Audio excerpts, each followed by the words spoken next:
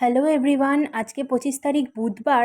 এখন সকাল 7টা মতন বাজে আর মা, মামা আর বোন অটো এসে গেছে, ওরা বেরোচ্ছে।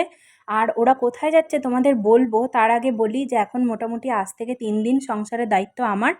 তো সেই জন্যে মা বলে গেছে যে একটু হালকা পাতলা বাবাকে রান্না করে দিতে, তো ওই জন্য আলু পটলের তরকারি বানাচ্ছি। এখানে পেঁয়াজ, রসুন, লঙ্কা, টমেটো আর আদা সব কিছু একসাথে পেস্ট করে নিয়ে বানিয়েছি তরকারিটা। আর এটা পোস্তর বড়া আর একটু বিউলির ডাল, আর ভাত খেয়ে বাবা যাবে ডিউটি।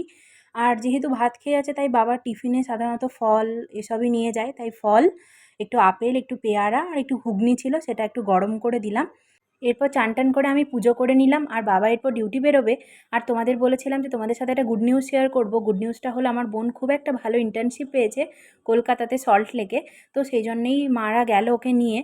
তো কাল ওর ওখানে জয়েনিং। আর ভিডিওটা ভালো লাগলে চ্যানেলটা প্লিজ সাবস্ক্রাইব করে দিও। তোমাদের সাথে এই গুড নিউজটাই দেওয়ার ছিল। দেখা হচ্ছে নেক্সট ব্লগে। টাটা।